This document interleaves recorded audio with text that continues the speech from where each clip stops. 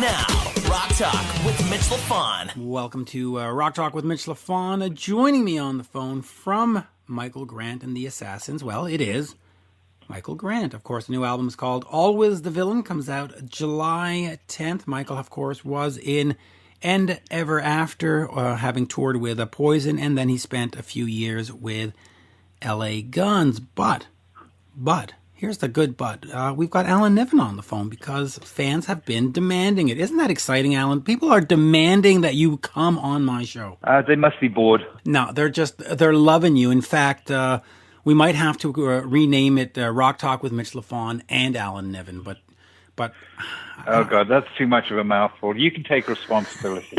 I don't know if I can afford the new artwork, but anyway. So Michael Grant. Okay, so this band Endeverafter that came out in 2007. You may or may not be familiar with them, but I'm telling you, if you haven't heard their album from that time, you got to go back because it is a real, honest slice of rock and roll, heavy rock and roll, and it's great. It is a great album. And then record company just went, and that was the thing. At the time, though, the label kept putting them on tour with heritage acts, the Poisons, the Cinderellas, and other bands like that.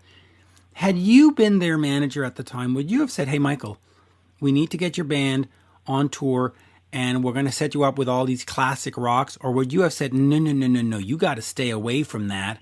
We got to get you onto new. How would you have approached it?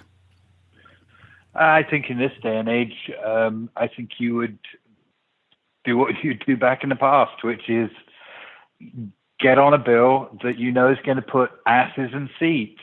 And if somebody's going to be kind enough to give you a support situation, and you know that there are going to be people in front of you, then you go and play for them. That's how you get your audience. That's it. You don't worry about, I'm being associated with a dinosaur act, or I'm being. You don't. No. Okay. I mean, God forgive me. Great White toured with Kiss, which was not the best of ideas. Hey. Guns N' Roses went out with Iron Maiden, which didn't work out too well. But those are decisions that were made in a moment because there had to be a continuum of momentum of support of a record. And those are the best situations. And your attitude's really simple. It's like, if these guys are going to bring a bunch of people into a building, then we're going to play for them. And that's what you do. You go out there and you play and you win an audience over. Okay, so if you're Great White opening for Kiss, you can show up the headliner. If you're Guns N' Roses opening up for Iron Maiden, then you can suggest that there's something alternative to wearing, hats or horns on. Right. And I guess ultimately no matter where you open, you need to go out there and let the people go, ooh, I want more of that. And listen, I've had bands where I've gone to see it. When I saw Tesla opening up for Def Leppard all those years ago, I had no idea who they were. And I bought Mechanical Resonance immediately. When I saw the Black Crowes opening up for, I'm trying to think, it must have been Aerosmith. I was like, woo, who are these guys? And even Guns, when they opened up on the Permanent Vacation tour, I was like, oh, okay, now we've got something. Anyway, Michael Grant. No, you go play. Right, and it does. So yes, okay. So you don't think about, well, we're being associated with this and that brand. We just got to go do it. All right. So Michael Grant was. Listen, Jimi Hendrix opened for the Monkees. What more do we need to say? Well, that's actually kind of funny when you think about it. Yeah, of course it was funny. That's funny, and it had an effect. Well, it did. Had an effect. That's kind of funny, actually. By the way, were the Monkees an actual real band that sang? Because I've always understood that they were just mimicking. They were the original Milli Vanilli. No, actually, they were competent musicians. Peter Tork was a good musician. God help me, remind me of who the guitar player was. Davy Jones? No, he was a singer. And of course, he was the singer that supplied Axl with his moves. I'm trying to remember what the other guitar player's name was, but he was a competent musician who put out a couple of solid solo records. And Mickey Dolenz could actually, drum a bit. He was a sort of Ringo-esque, but he could drum a bit. No, they could play. Monkeys could actually play. All right, so we'll leave it at that. Let me move on to Michael here. And of course, they worked off Neil Diamond songs, but there you go. The Monkeys. How did we devolve into monkeys talk? But all right, Michael. By way of Jimi Hendrix and Kiss. See, everything leads back to Kiss. All the great stuff leads back to Kiss. But Michael Grant has also been asked, and he talks about it in the interview, to, after he left LA Guns, to come and join RATT as their lead guitarist. And one of the guys there now is Jordan, who was he one of your proteges, Jordan? Because he was in a band called Razor that you were involved with. Talk to me about Jordan, RATT, Razor, that whole thing. Well, Zippy is I really like his guitar playing. He's young, or he was when we were working together. But what I really liked about Zippy was that he had a strong sense of the melodic to go with his feel. A lot of young players are all flash in the pan. How many notes can I play in 3 seconds? Who gives a damn?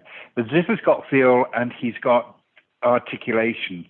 And he played some really good stuff on a record that we did together that was just called Razor, which is really impossible to find. But if you look it up, I think you'll see that, there was some good things said about it when it came out. There was some great playing. And just before we get to Michael, he says during the interview that he didn't want to join RATT because he's sort of tired, and I'm going to put in my own words, of, building the house for other bands and then never getting to move in. Those are my words, but that's his feeling. Do you think he should have done RATT and just take the paycheck and still try to work on his music on the side? Or is he making the right decision in saying, no, I'm going to go be Michael Grant. I'm going to focus on being Michael Grant. I'm going to make Michael Grant music come hell or high water. What do you say? I wouldn't even make an opinion on that unless I had the opportunity and the privilege of sitting down and hearing what his own material was. It's strong. It's real strong. If his material's really strong, I'd say row your own boat, make it work, row your own boat. If his material is not so strong, I'd say maybe spend a little time, doing an apprenticeship in RATT and get your material up to a good level, and then row your own boat. But if he's a good writer, strike out on his own. Listen, I'm not going to be patting his back just to pat his back, but the album, which I've had a chance to hear, is fantastic. The first single, called Red Light Run, I will send you the YouTube link later. It is a great song. The Endeverafter stuff from 2007 is just a solid.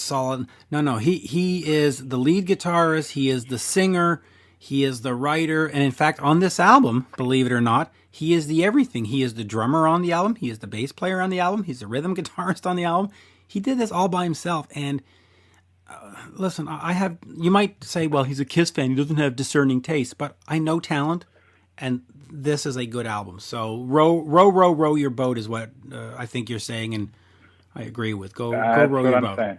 Yeah, and it applies to me too in the rock world. Just row your boat. Stop giving all your content to other people. Anyway, on that, here is Le Seul et Unique. And by the way, thank you, Alan. Here is Le Seul et Unique, the one and only Michael Grant. We are speaking with frontman, guitarist Michael Grant. Of course, the new band is Michael Grant and the Assassins. Always the Villain is the album. It comes out in July. Bonjour, Michael. It's been a while since we've last spoken. How's it going, buddy? Good. It's actually going very good. I believe the last time we spoke was at an LA Gun show going back to, I guess, 2017, 18, maybe? In Ottawa, yeah. In Ottawa. And by the way, I have to say, you did that sort of Prince Purple Rain moment in the show, which was absolutely the highlight. I mean, the songs are great. Thank you very much. But that moment was just really well done. So good for you. Thank you very much, man.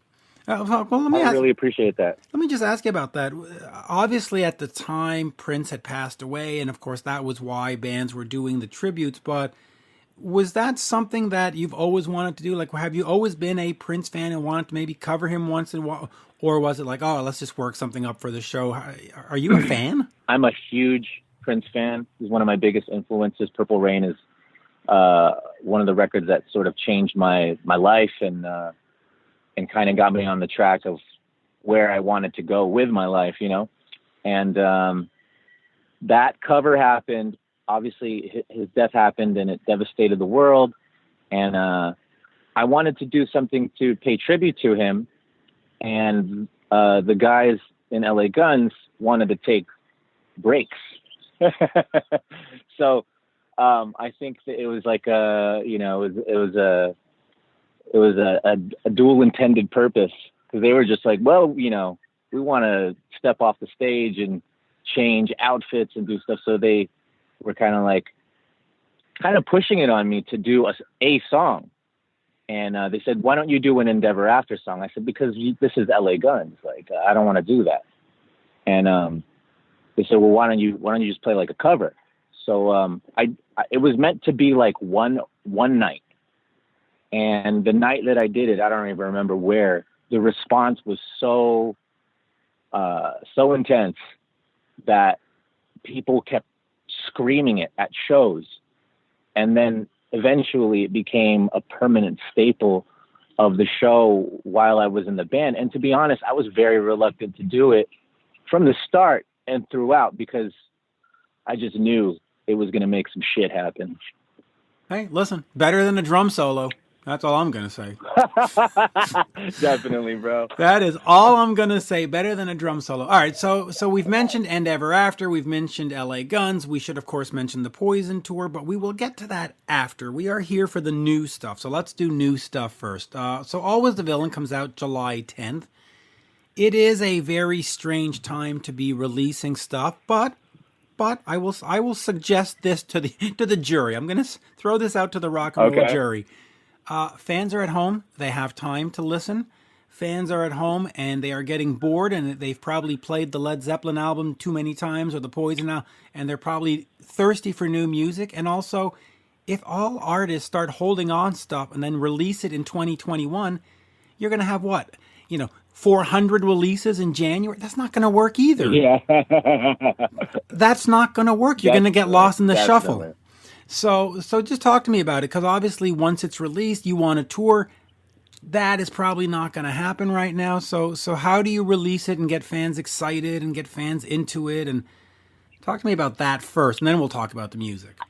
I think all of it is an adjustment period to the new normal, and I honestly don't.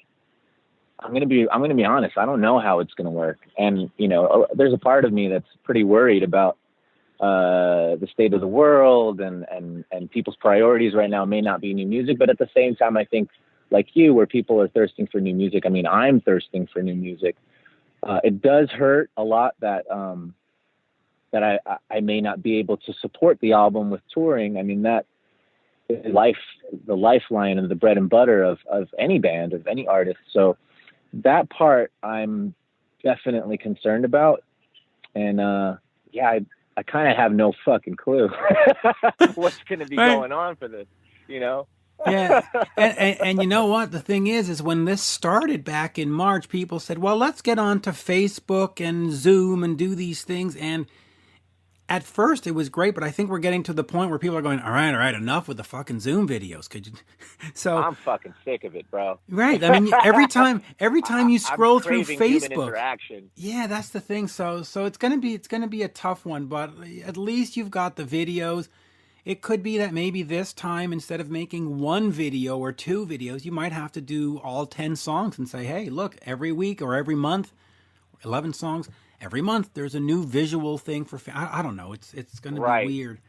And honestly, it'll have to be a lot of like lyric videos and things like that, because I mean, or animated or animated, because to get a film crew and a shoot together, that breaks all the fucking rules right there. You know what I mean? Like, unless we're doing a 6 foot away, masked sort of shoot to mock the COVID times we're all going through right now. But besides that, like, you can't even set up a shoot. It's like fucking illegal. No, it's gonna be musical manga or manja or whatever they call those stupid things. Those cards. Yeah, and it's gonna, I plan on maybe doing one of those live Zoom type videos to support the record, so people have a little something. But at the same time, man, I do long for it to get back to normal, where we can have a video shoot and shoot a video, and we can have a new video for you guys. But right now, everything is kind of tricky, man. Everything. Trying to book a shoot, trying to book a photo shoot, video shoot, trying to get a crew together to make things happen. It's all tricky. Even trying to get a stylist to do your hair is tricky. But I'll say this. Yeah, hair and makeup is gone, bro. I know. I'll say this, though. There's a band in Switzerland called Gothard. They've been around since 89, 90, and they released a new album in March called 13. And what they did is they went to YouTube and they filmed themselves performing the entire album in their rehearsal space, and they threw that up. And I think the last time I checked, it's like at 100,000 views. So that might be something to consider. Shit. Yeah. Oh yeah. I'll send you the link after. It's incredible, and I love watching it because they did it Zoom. They did it Zoom style. No, they did it 6-foot distancing style, where the cameraman and everybody is far back, and the drummer is far back, and the bass player and the lead singer is in the center, and they were in the same room, but they distanced themselves, and they did a live shoot. I think it was like 3 cameras or something. It looks great. It sounds great. And you see the entire album performed live. And I have to say, I've watched it, I think, 4 times already, because I just find it very, very intriguing. And they just left, and that's the new album. And it's just like, okay, well, that's pretty rad. I gotta check that out. I'll send you the link, because that might give me some ideas, man. Because I'm telling you, I loved it, and I put it on my Twitter and stuff. And then fans who had never heard of the band said, dude, this is fucking cool. So, that's the way to do it. All right, so let's talk about the music. Endeverafter is the Kiss or Kill Me album.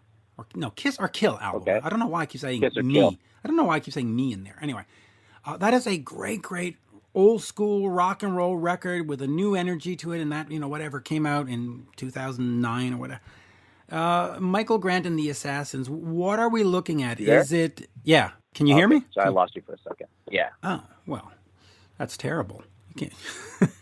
Let's try that again. I lost then. You for like 10 seconds. Oh, well, let's try that again. So the in case you missed it, the Kiss and Kiss or Kill. I don't know why I keep wanting to say me. Anyway, 2007. You did, of course, The Missing Piece with LA Guns. Fans coming into this, because it is not July yet. The album's not out yet. Are we looking at breaking new ground? Are you inventing an entirely new project? Is this where Endeverafter would be had you stayed together till 2020? Is this what LA Guns doing, but now you're singing? Musically, what can fans expect if they don't know what this is? I think musically, if they're expecting it to be close to LA Guns, they're going to be sorely disappointed, because it's nothing like LA Guns. And it's much more like Endeverafter would have been, maybe the natural evolution of Endeverafter would have been, had we stayed together and had things gone our way. But ultimately, it's where I am right now, in my life and my experiences. And it sounds different than both LA Guns and Endeverafter. But there are some tracks that tie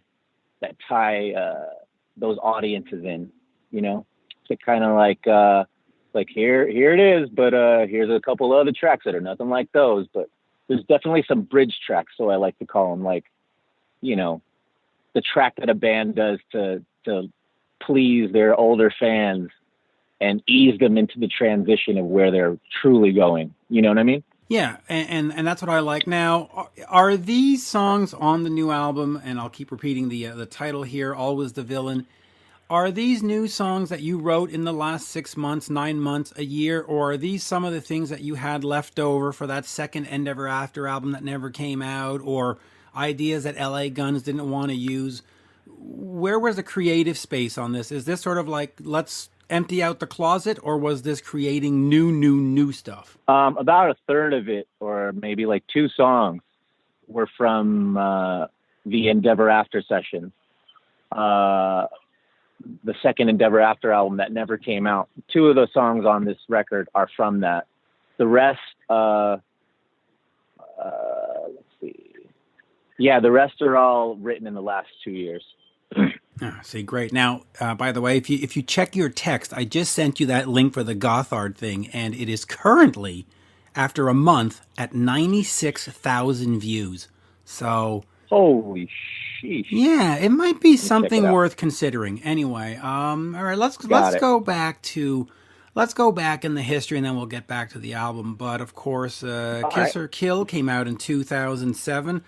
Talk to me about that project, because here you are, this new band, and the first thing the record company does, or management does, is they put you on a Poison tour, which is the classic rock, the heritage rock. It was a great bill. Musically, it fit in great, but image-wise, was that the right decision to say, hey, we've got a new band, whoop, we're throwing them on the Heritage Act tour? Was that a smart move or a bad move? In my opinion, it was the right move for the time. But what would have been nice is if after that tour, we would have transitioned to more current bands, because after that, although we got a few current band type tours like Shine Down, Airborne, Alter Bridge and stuff like that. It would have been nice to ride that way, because after that we would get consistently nostalgia type tours, or touring with nostalgia type bands. I think if we would have gotten a new younger audience, that things could have gone a different way. But it's kind of hard, man. You don't get to choose that shit all the time. You don't, and sometimes you just got to take the tour that's going out there, and it's exactly. But all right, let's talk about that Poison tour for a second, because the first time that we ever met was basically we bumped into each other at catering at a Poison show in Toronto. What did you learn from that tour? Because like 'em or lump 'em, Poison have had a great successful business for 30-some years. They always deliver. They always do the arenas. They always have the fans there. What did you learn being in that environment and looking around going, okay, this is how we have to operate business-wise? Right. That tour definitely taught me a lot. And actually, different members of Poison and Cinderella, who I became very close with, would teach me things on the side, kind of like a mentorship or something like that. Like, Brett Michaels and Cece and, Bobby Dahl, and they all kind of at different times would teach me stuff. Like, I remember, Cece DeVille gave me a piece of advice. He's like, hey, this is my attempt at a Cece DeVille voice. Hey, if there's anything I wish that I would have done, it's, I really want to be there in those moments, because he's like, half of the shit that's happened in my life and the shit that people praise me for, I don't even fucking remember. Like, if someone will show me a photo, I have no fucking recollection of that moment in my mind. It's nowhere in the database. If I didn't have that picture, I wouldn't be able to tell. So just make sure you're here for these moments. Be here. Don't be all fucked up the whole time, and don't do like me, because I literally can't remember. And that stuck with me. I was like, okay, maybe I won't get blitzed out and super fucked up, because he was really sad that he didn't remember huge, gigantic moments in his life. That's something. Yeah, man, that piece of advice stuck with me forever. So, and go ahead. Well, I was gonna keep going here on the Endeverafter album, because, like I said before this interview, I listened to it again, and it's remarkable to me how it sounded as relevant and fresh in 2020, May of 2020, than it did in 2007. Like, I didn't listen to it and go, "Ooh, that's so 2007." Ugh.